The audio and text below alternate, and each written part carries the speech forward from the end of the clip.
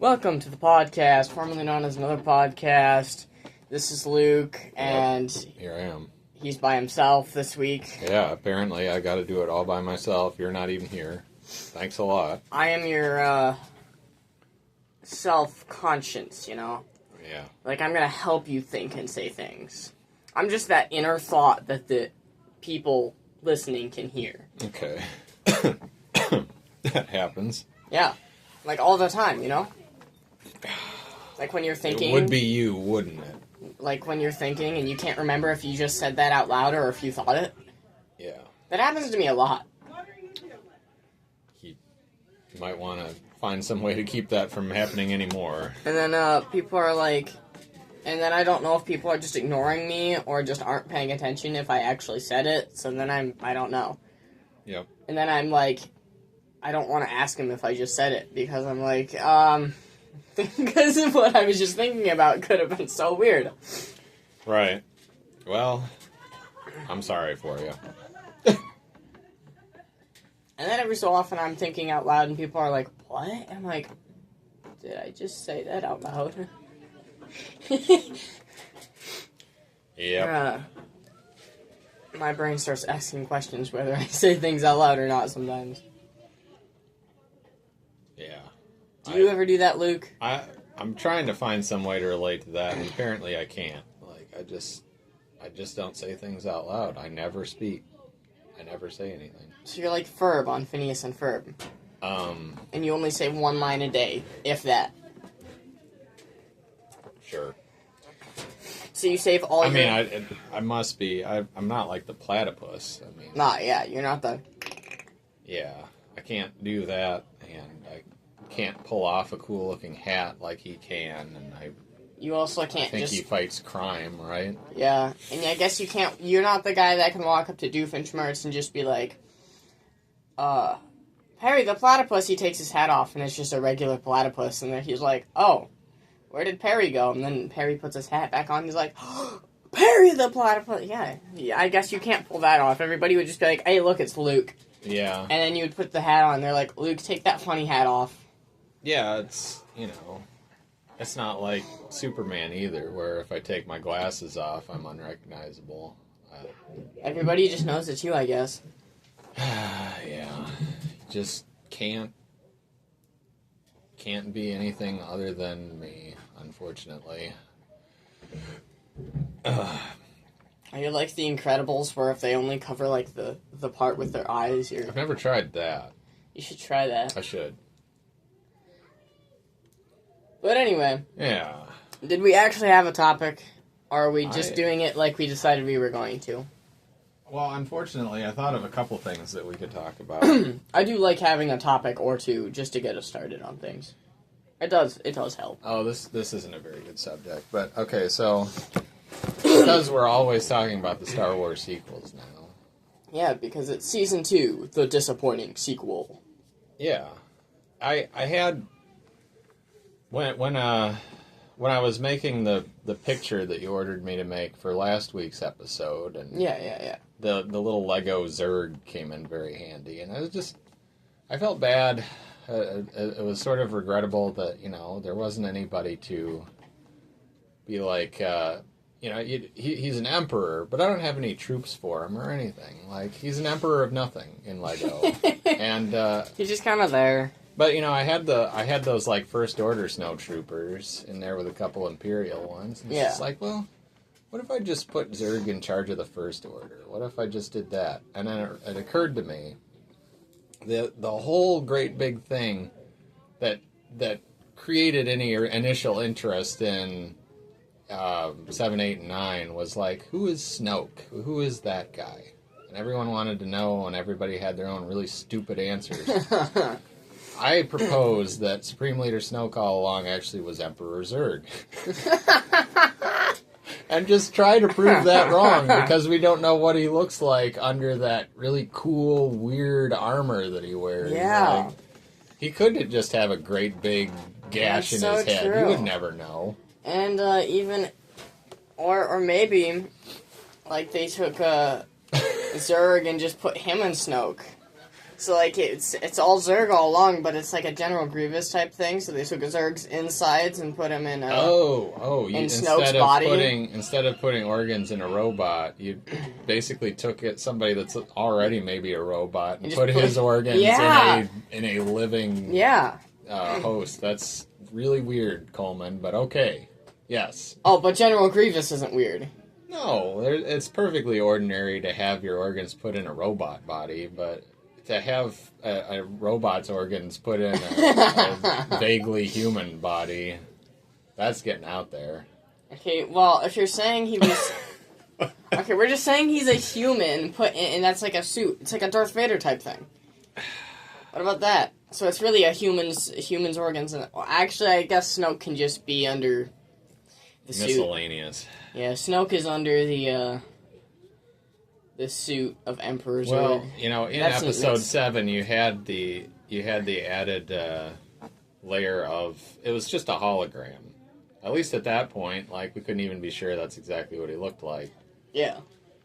So, yeah, basically you have this 90-foot hologram that's really just like an 8-foot tall person that's actually a robot that's actually, I don't know. I can't even follow it anymore. But the point is, he's Buzz Lightyear's father. So yeah, and there's no reason that Disney can't do that because it's both Disney. Yeah, they own Star Wars and Pixar now, unfortunately, for both of them, and there you go. Yeah. Snoke is Emperor Zurg. We finally solved it. Yes. No matter what anybody says, yep. Snoke was Emperor Zurg. Just because Palpatine said he made Snoke. I mean, for one thing, who wants to remember that episode anyway? That just means Palpatine made Zurg, okay? Right. Palpatine that could have happened, Zurg. too.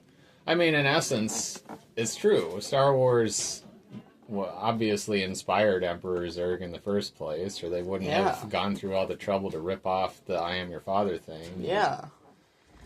So they could have got some major lawsuits against that if George Lucas cared enough. Sure, yeah. I don't think you can litigate against one character being another character's father. That's true. I don't think George Lucas could get the patent. But also, it's that. probably if it was going to be such a big legal deal, Disney probably would have just had him sign something that made it legal anyway. What I wish I knew, I don't know if Disney owned Pixar at the time of Toy Story 2. It probably did, but probably it might not have. Because when did it turn to Disney Pixar, or was that just when they were working together? I don't know. So let's move on to something else because we've hit the I don't know. Yeah. So what about those Star Destroyers with the big cannon hanging out of the bottom? Yeah, those stink.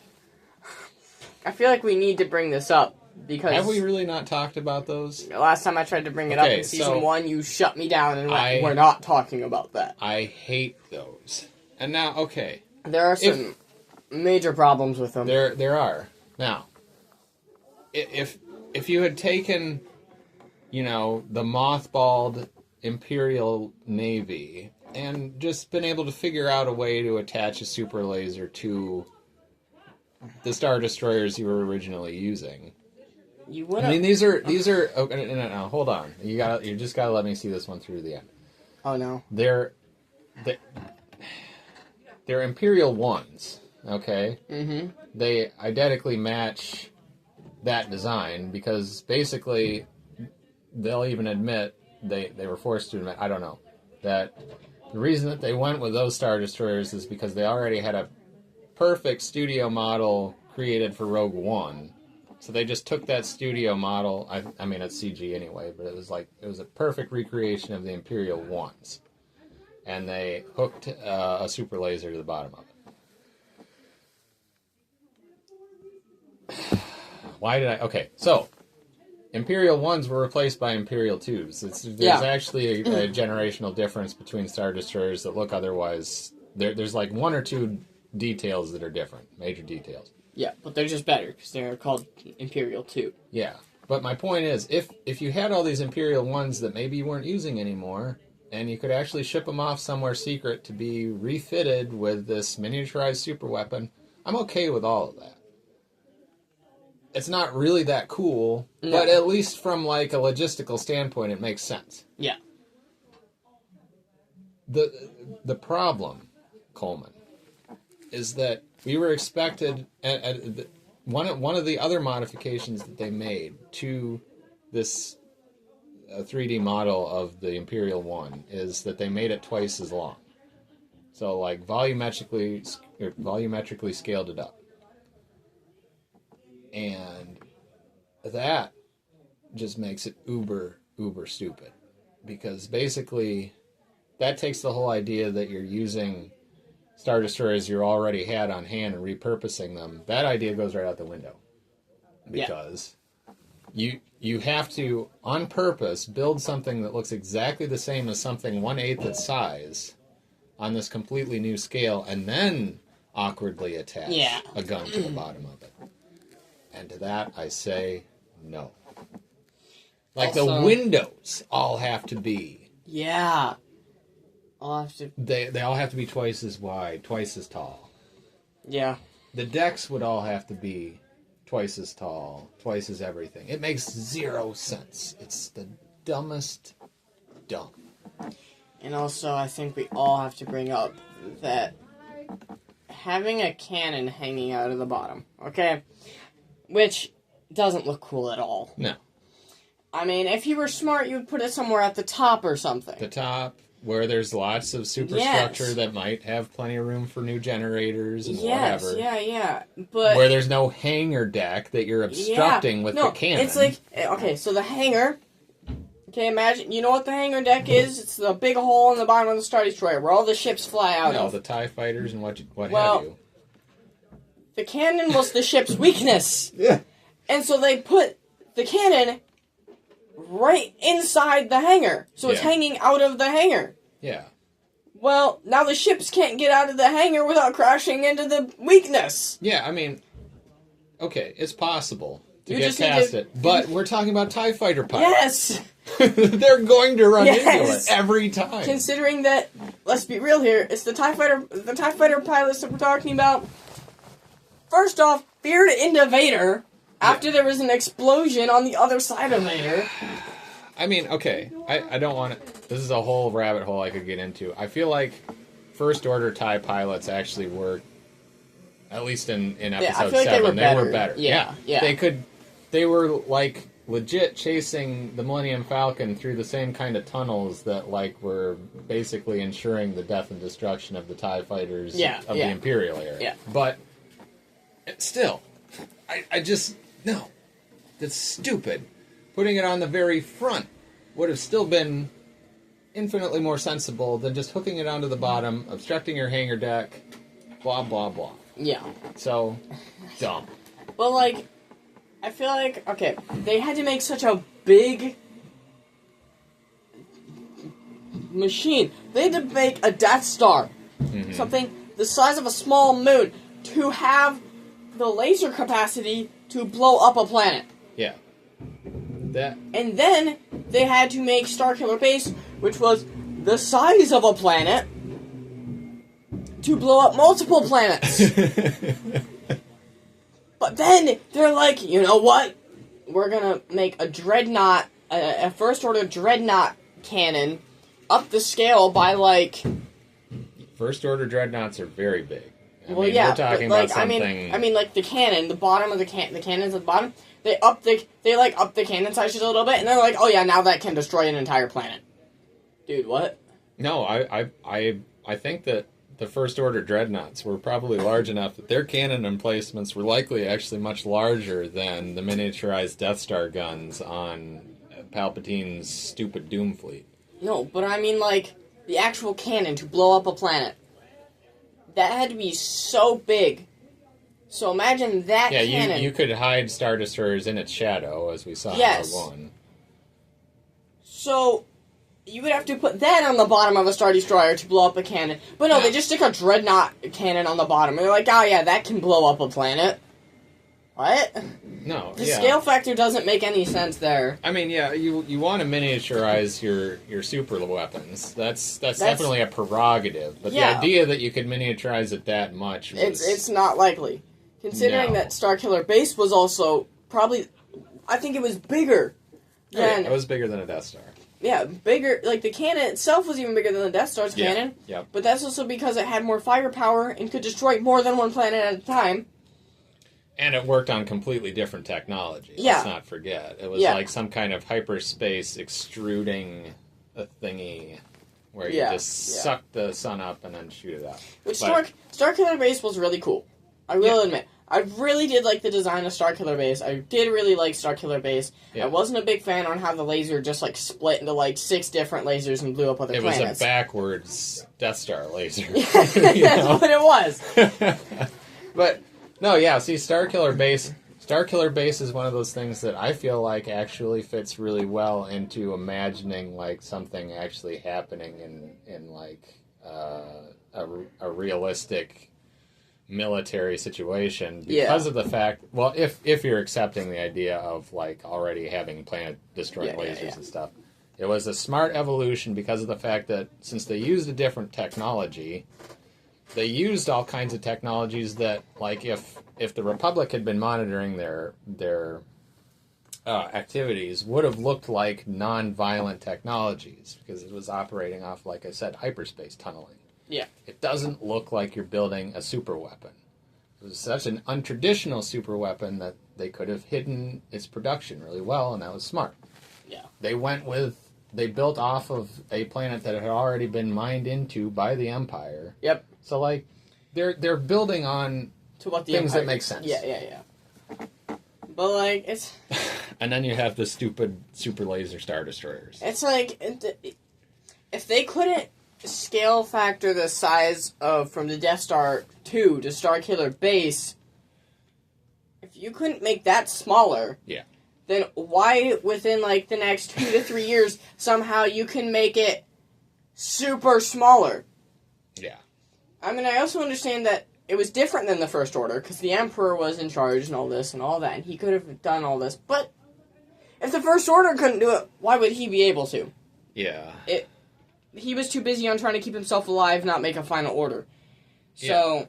There comes a point where your attempts to up the ante of the storytelling and make things scarier just doesn't work anymore because you've jumped too many sharks. You just... I don't know. They got way out of calibration with that one. I mean, Starkiller Base initially was a little bit of a difficult thing to accept anyway because it's like, oh gosh, they're doing the planet-killing thing again. But... You know, but this was a different killing thing. At least it was a different story, somewhat. I mean, I'm not going to give Episode 7 great big points for being a different story. It's very close to the same story, but... I don't know. It's a different story because of Han Solo being like, so there was this girl. Well, Han Solo really is, like, such a big part of why I like that movie, because it's like... It did show the change in him, specifically. Yeah. Because he went from being the guy in the original movie that was just the most dismissive of the Force to being the guy that sort of got stuck into being like the Obi-Wan type mentor character that had to introduce the main characters to the idea that, there's a Force and it matters. You can tell Leia has changed, too. That was another thing. It's like, Leia shows up, smacks Han... And, like, yep, that's Leia. And then, as the movie goes on, you can tell that she's became a lot more mature. She's become more mature than she was. Yeah. She was already mature. And then became an even better leader. Yeah. I mean, she had to kind of do it on her own. Yeah. She was never the leader of the rebels. She ended up being the leader of the resistance. Yeah. The thing with Leia and Han, the other thing that I liked about both of them, too, though, was just that, like... Nice going, Luke. Yeah, I just destroyed a pen. Yeah, ink went all over his hand. Yeah. They for as much as they might have changed in some regards, they also, things about their characters carried over into their lives and made problems. Like, their marriage didn't really work very well because they were still too bent on doing all the things that they'd done before. Yeah. That was what caused Kylo Ren to be a bad guy, is just that his home life was too dysfunctional. Everything that made them good heroes made them bad parents. And I think all of that's just, like, actually really good storytelling. Because it's like everything kind of actually naturally arises out of things that make sense. Yeah. There were some good things that happened in 7. We just won't talk about the true storyline. Yeah. 7 still makes a great foundation for... If you'd made 2 more good movies, you could have made 2 more good movies out of it. It's just a good foundation that they could have just added more to. And they ruined it. Anyway. But otherwise... Well, yeah, I mean, if you got more to say, go ahead. Otherwise, I guess for the storyline, you could say it was pretty much about the same as Episode 4, but... Yeah, it's got the same basic structure. Yeah. There was a person on a desert planet that you know was bound to become a Jedi. They needed a droid that had some particular data point that everybody needed, and then they finally get it to where they need to go, where it needs to go. They get on the big destroying planet thingy. Yep. They battle somebody. The person that ends up dying was an old guy that dies by the Sith that they had a secret past about. And then as you're, then it gets blown up, and then you celebrate, and everything's all hunky and dory.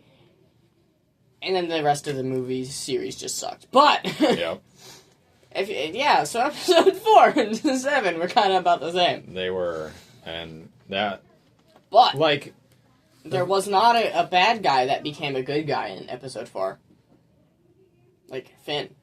There was nobody like Finn. Yeah, Finn actually had a really neat story. The problem, see, Finn was good for episode 7. I can see why they had a hard time figuring out what to do with him in 8 and 9 because it was sort of like his story was already over. He'd already made the complete transformation, and it would have been difficult to pick anything up from there.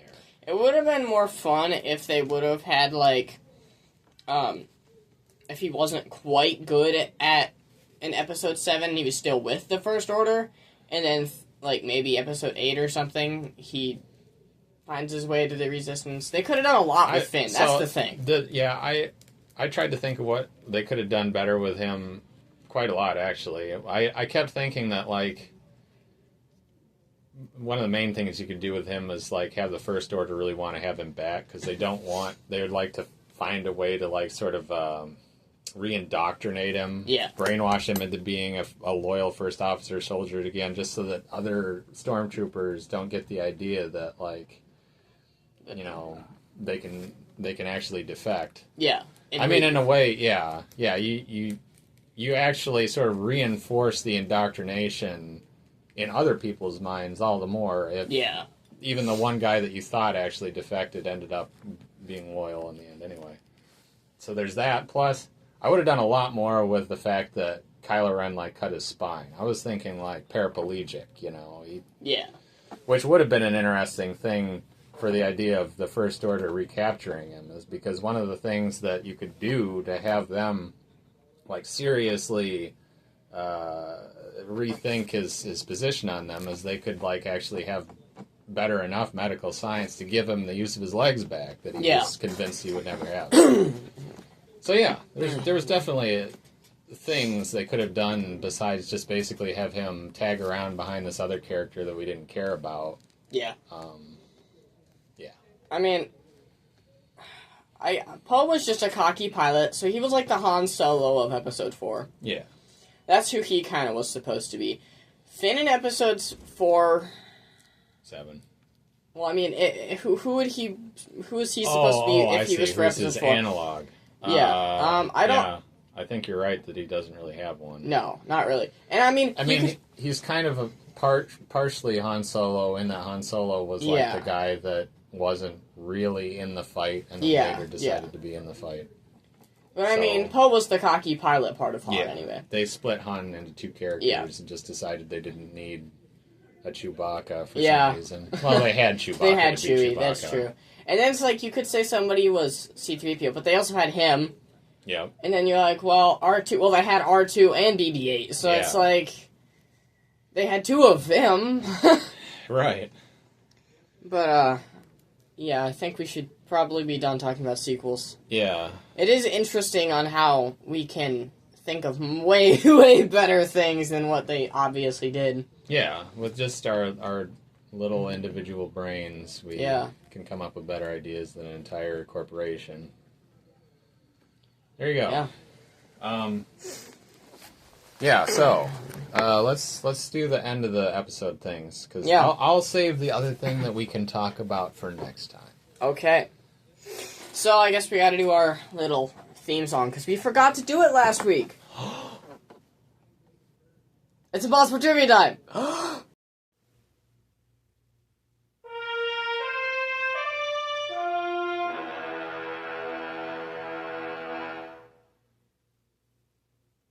Okay. How dare you make me hold my breath first and then do it again? Well, I never. You're a jerk. I never said it's. You're not even here, and you're like making my life miserable. I never said it was Impossible Trivia time. I just said, well, we better do our things. Yeah, and you're you just right. held your breath. It's my own fault. I'm sorry.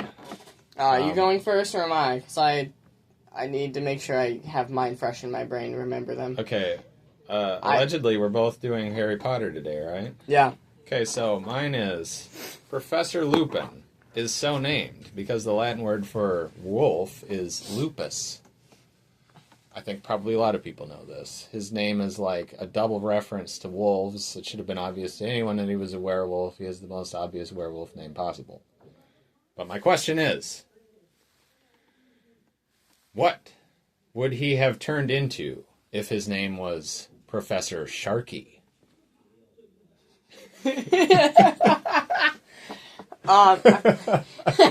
There is sort of a suggested answer here, so I don't think this is very difficult trivia. I feel like people would say it's a shark, but it cannot be a shark because that's too obvious, you know? Okay. Because at least if it's like a Latin word, then people are like, oh, I don't know what Latin is. Like, nobody knows how to speak Latin nowadays, so it's kind of like you can do stuff with Latin.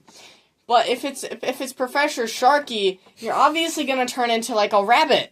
Oh, okay. A rabbit. Yeah. I think that he would have turned into Saruman. Because people don't necessarily know this. In the books, Saruman went on to be known as Sharky. Which is still like I don't know. It's maybe the most questionable name choice Tolkien ever made. I have no idea why.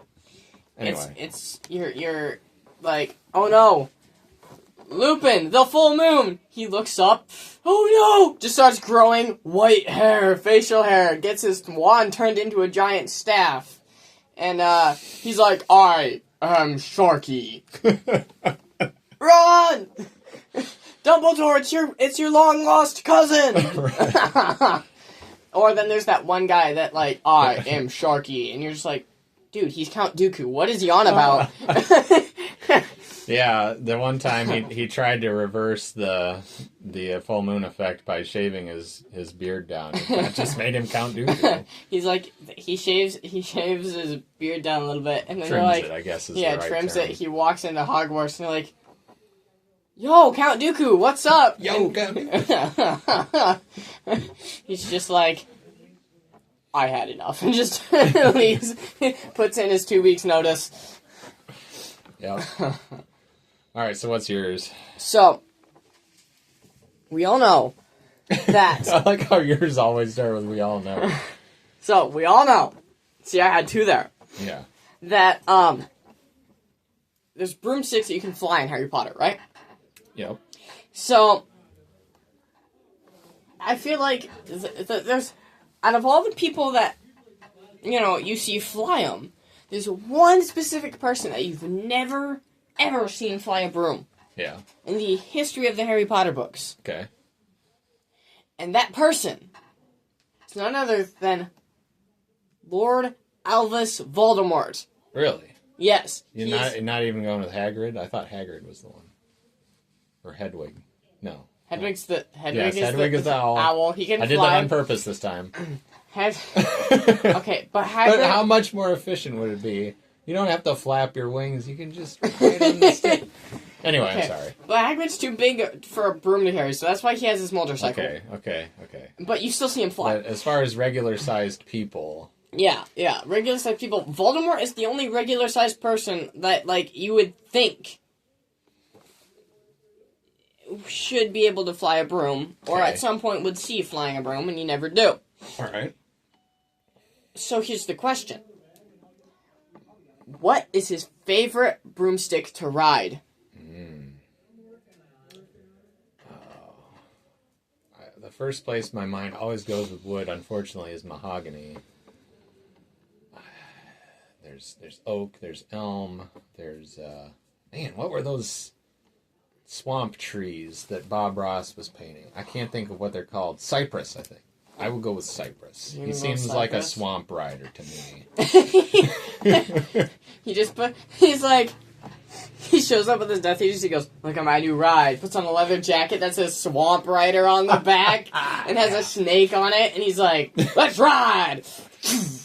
Yep. That's... Yes. Now, my answer is a mop. Oh. Now, I think he's like an oak mop type of guy. I don't think he flies a broom. I think he actually would fly like a mop or something. Sure. Like, that's what he just seems like. Like, he just, I don't think... Yeah, so, because nobody's ever thought about riding a mop. Brooms don't get the cleaning job. Yeah. Enough. Yes, I agree with this. Yeah. Because he's a clean man. Yeah. Yeah, I mean, from his perspective, you think about it, he's trying to clean up the magic world by making it no muggles. Yeah. So, there you go. Yeah. Well, now it's versus. I might as well go so I don't forget mine. Okay. So, we are going to start off with the Gryffindor sword. Alright. Versus Bilbo's sword. Oh, it's really more of a letter opener. Or that, yeah, Bilbo's letter opener. You're sure you don't want Aragorn's sword? No, I want the small one that was made by elves. Dang it. Because we got goblin metal and elf metal. See, I would have preferred it to be Aragorn's sword because it would have been easier to answer. We've proven that sword can be broken. It's so, true. The swords are just fighting each other, no user. Like, Okay, fine. Well, no, I'm not saying you have to pick a user. I'm just trying to understand the dynamics of this competition here. I just thought of if they were just battling each other, no user. But if there was a user, it would be Bilbo and Harry sword fighting. So neither one can actually fight. Okay, so there you go.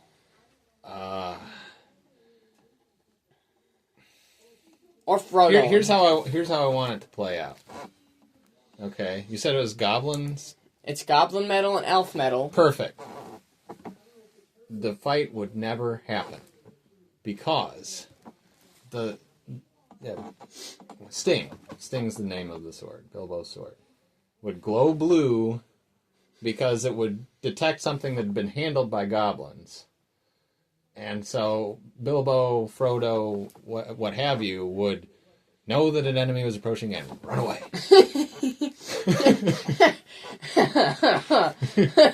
So it's just no contest. Crap! Runs. Right. There was a little YouTube short that was like that, and it said, a wizard was selling this guy, and it's selling a sword to this guy, and it's like, it glows when it senses danger. And he goes, oh, cool, I'll buy it. And so he buys it, and he goes, dude, this thing doesn't work. And he's like, what do you mean? He said, you said it glows when it senses danger. And he's like, yeah, what about it? And he's like, it always glows. And the wizard goes, yeah, a sword is sharp. That's great. I like that. It has sharp edges. We're running so long. We might end up breaking our record then, because last week we were really close. So, let's hurry up. Okay, so mine. Dementors again. Dementors versus Barbossa's Black Pearl crew.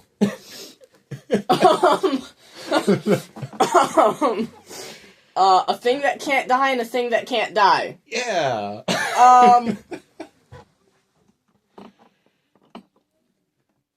For the Dementors, it would just be a quick kiss and we're done.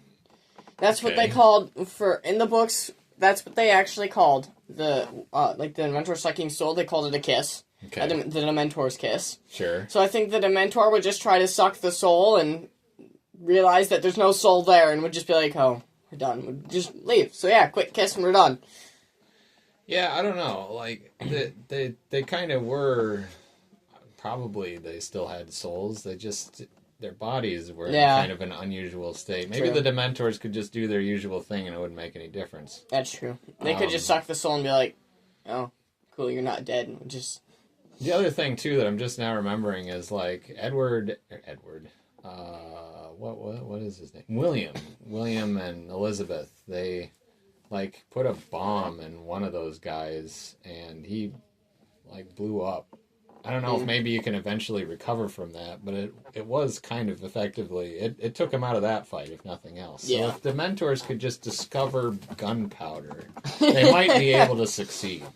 Yeah. But I don't think they would discover gunpowder anytime soon. Okay, well, that's probably it. Hopefully, Yeah, right? well, we beat our record. That's terrible. Yeah, it's terrible. We didn't even have a special guest. But this was another long episode of the podcast, formerly known as Another Podcast. I'm Coleman, this is my friend Luke here. Yo. And I guess we're signing out. Bye.